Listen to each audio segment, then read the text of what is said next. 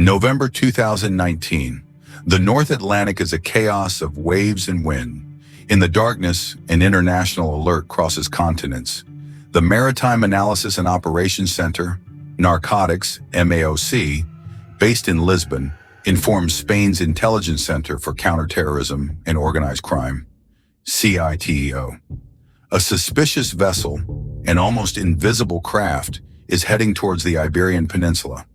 The information mobilizes an unprecedented network of cooperation. Security agencies from the United Kingdom, Portugal, the United States, and Brazil combine their resources, tracking a target that barely breaks the ocean surface. The target is not a conventional ship, but a fiberglass Phantom, a custom-built semi-submersible designed for a single, desperate journey. After days of aerial and naval pursuit, on November 24th, the storm and police pressure corner the vessel in the Ria de Aldan on the coast of Pontevedra. The original plan, a quick transfer of the cargo to go-fast boats that were supposed to meet them, fails spectacularly due to the surveillance and the raging sea. The crew, exhausted after nearly a month at sea, makes the only decision they have left: open the valves and deliberately sink the vessel off Ofoxo Beach, trying to erase all evidence of their journey. But it's too late. As the craft, nicknamed Che, submerges, three figures emerge from the icy water, clad in neoprene suits. They are Agustin Alvarez, a young Spaniard, and two Ecuadorian cousins, Luis Tomas and Pedro Roberto. Exhausted and defeated, they are captured almost immediately by the civil guard. The capture of this strange vessel was not an isolated incident. It was, in the words of anti-drug prosecutor Pablo Varela, a slap of reality.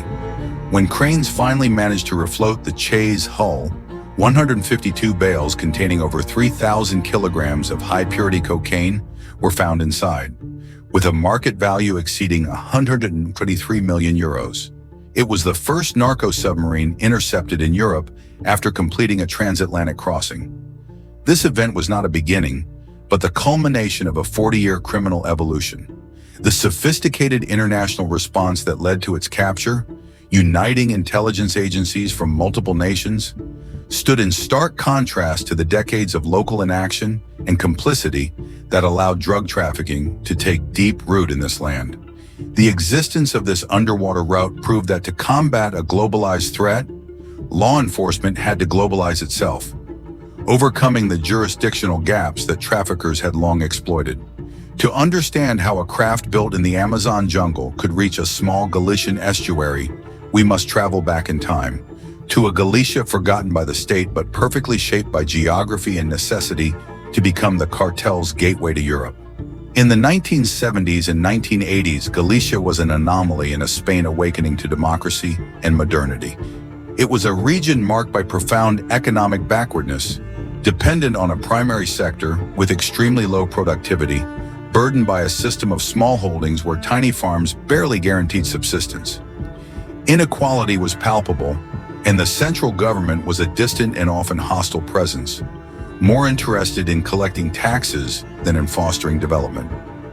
Added to this mix of poverty and institutional neglect was a unique geography: thousands of kilometers of rugged, indented coastline, dotted with rias, coves, and inlets, a natural labyrinth almost impossible to effectively police.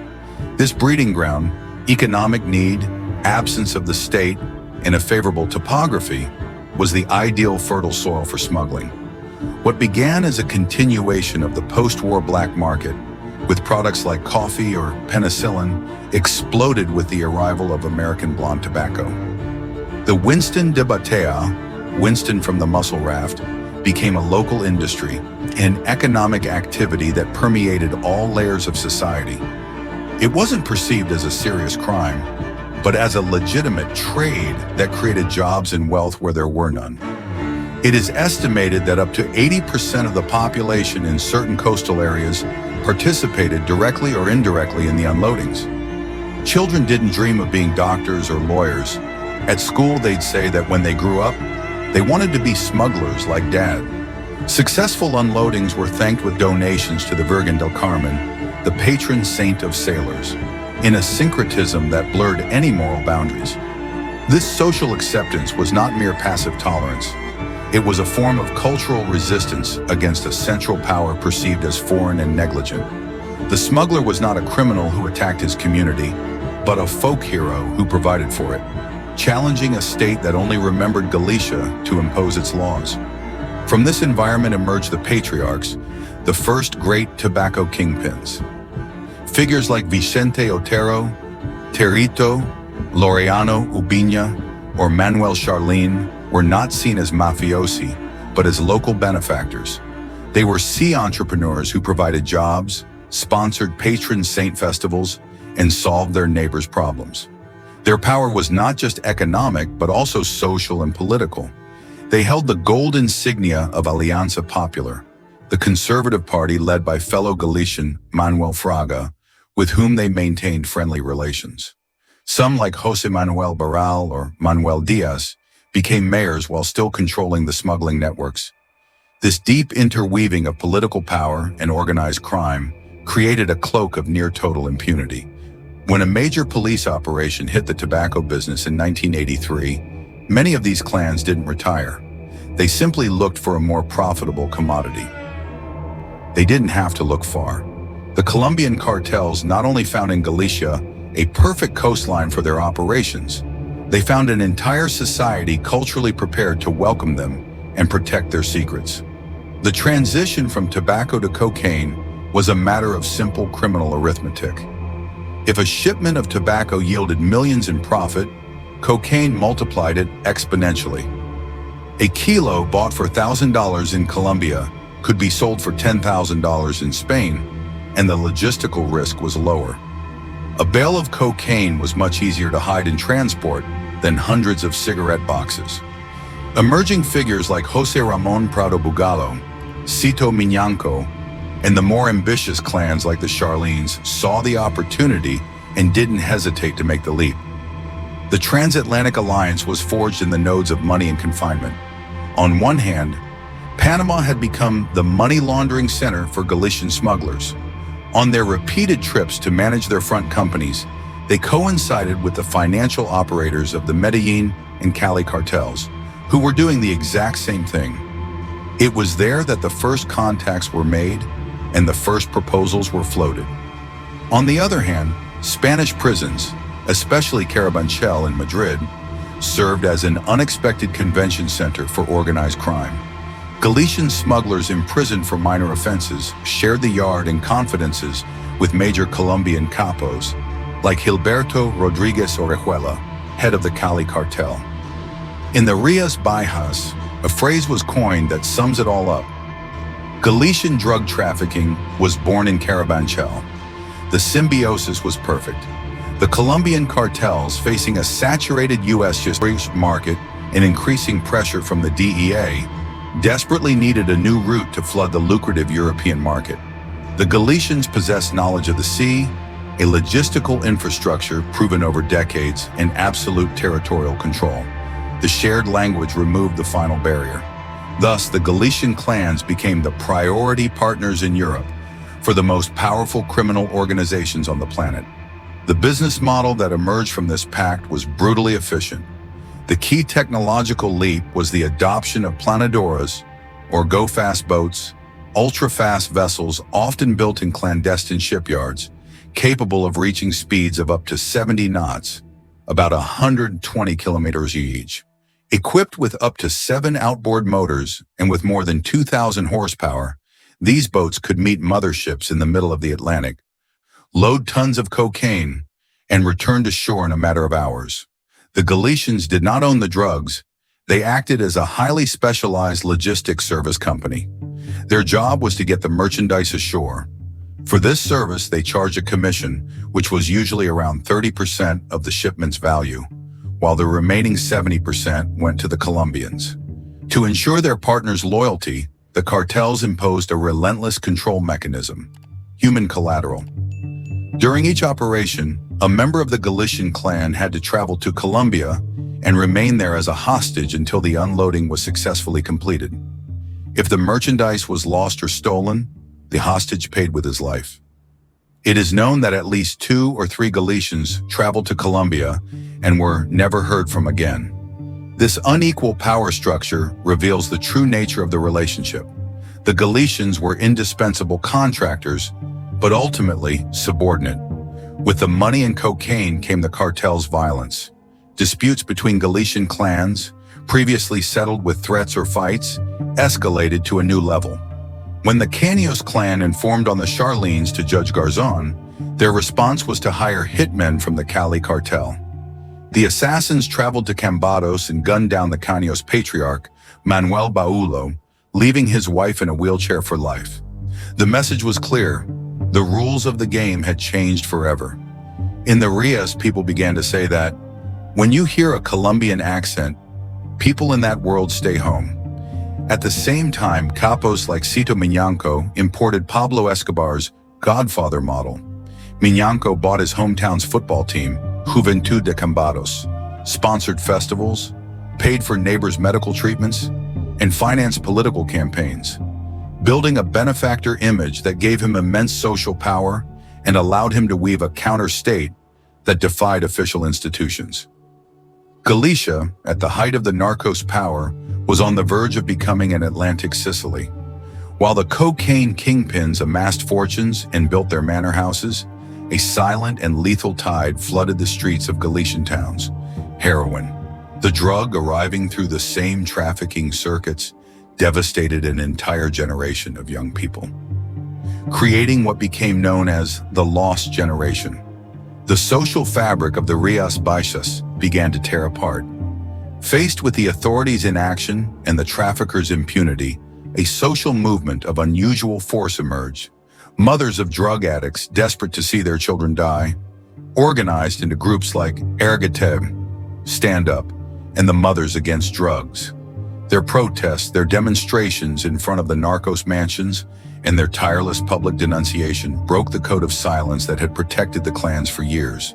Their cry of rage and pain resonated throughout Spain and forced the state to react. The response came in the early hours of June 12, 1990. Under the codename Operation Nacora, the first major blow against Galician drug trafficking was launched. The operation, designed in top secret to prevent leaks, was personally directed by National Court Judge Baltasar Garzón and anti-drug prosecutor Javier Zaragoza.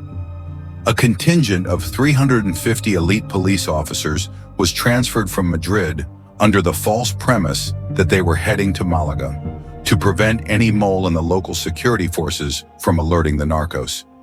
At dawn, helicopters flew over the Ria de Arusa as agents simultaneously raided the properties of the main kingpins. The images of Laureano Ubiña's arrest in his pajamas at his iconic Paso Bayón and Patriarch Manuel Charlín being escorted by the police made national news. Cito Miñanco, however, alerted by a tip-off, managed to escape. Operation Nacora represented a paradigm shift in the fight against organized crime in Spain.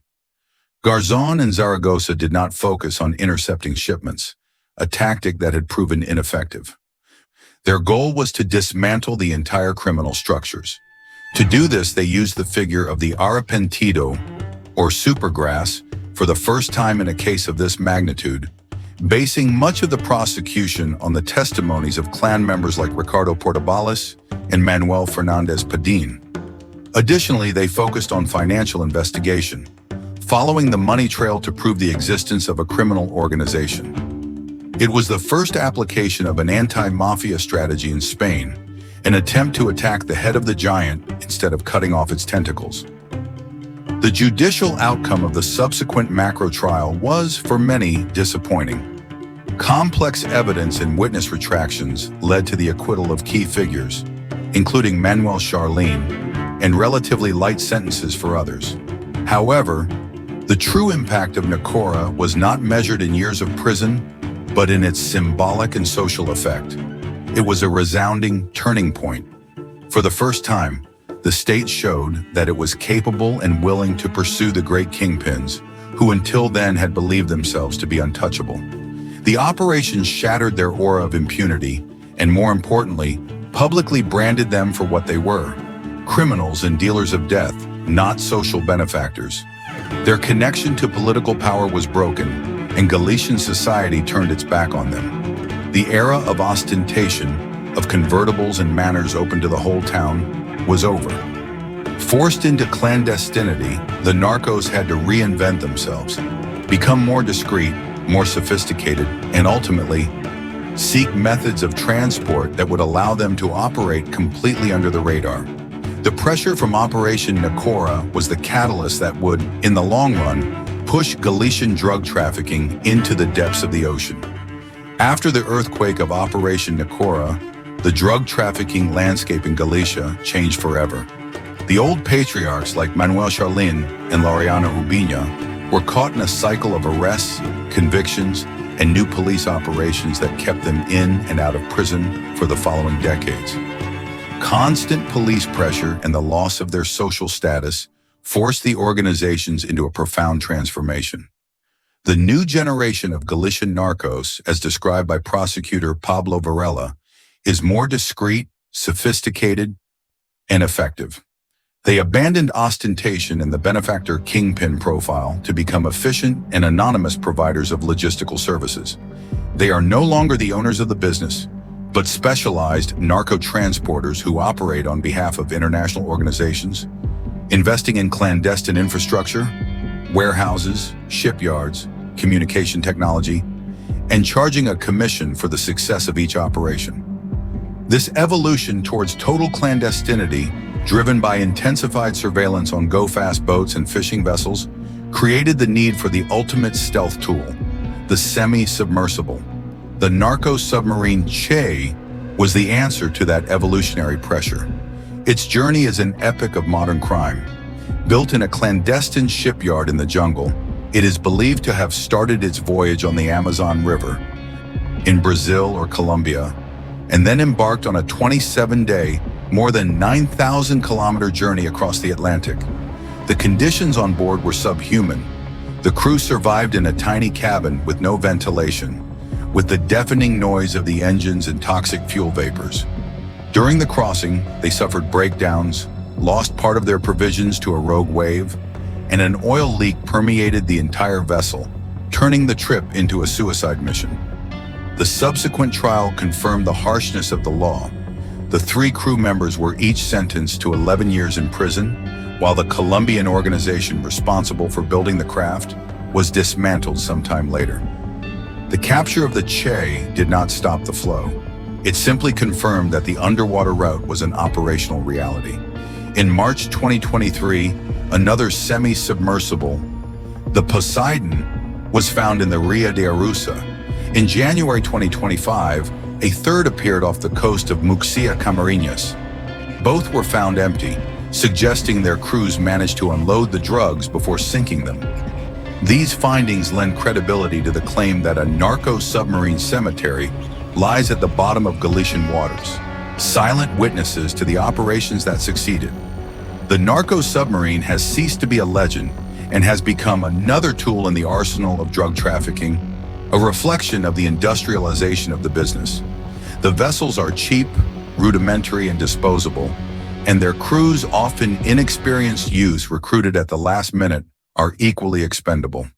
We have moved from the era of legendary and skilled go-fast boat pilots to a model where human life is just a low-cost asset in a logistical calculation. Today, Galicia remains one of the main entry points for cocaine into Europe. But the scene is more complex than ever. The globalization of crime has brought new players. Powerful Mexican cartels have begun to establish bases of operation in the region, collaborating with local clans and adding a new dimension of potential violence. The fight has also globalized. Spanish security forces work closely with the DEA and other international agencies. In civil society, through organizations like the Galician Foundation Against Drug Trafficking, maintains constant vigilance, promoting awareness and demanding legislative reforms to combat the networks more effectively. The arc of drug trafficking's history in Galicia is the chronicle of a land marked by neglect, illicit opportunity, and a painful struggle to reclaim its identity. From the socially accepted Winston from the raft to the ghostly passage of the narco submarine, the black tide of drugs has changed its form, becoming quieter and more invisible. It is no longer displayed in the manor houses or at town festivals, but it continues to flow, tenacious and corrosive, beneath the surface of the Rio.